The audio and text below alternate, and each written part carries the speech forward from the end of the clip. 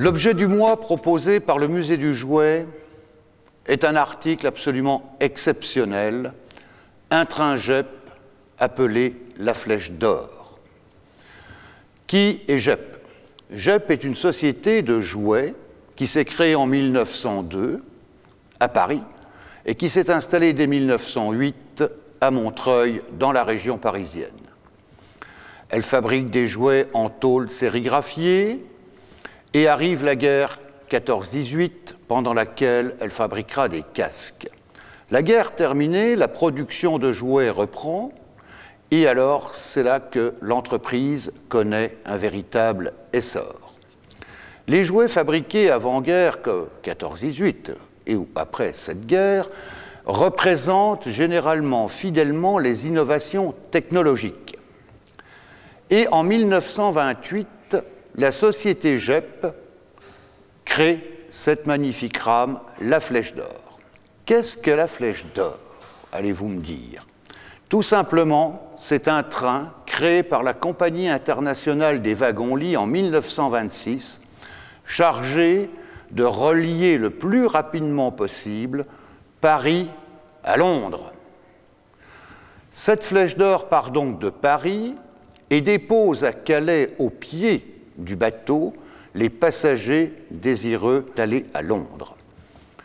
Le bateau traverse le Channel et retrouve son petit frère de l'autre côté à Douvres, The Gold Arrow.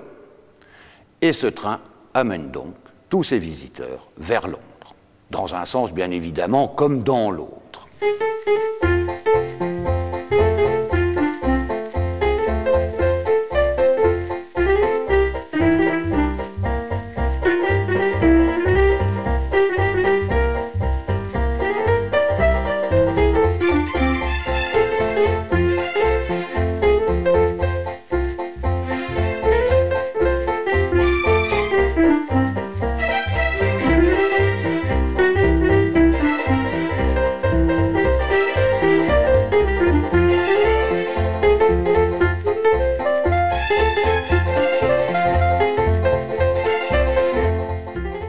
Qu'est-ce qui se fait la spécificité de cet objet?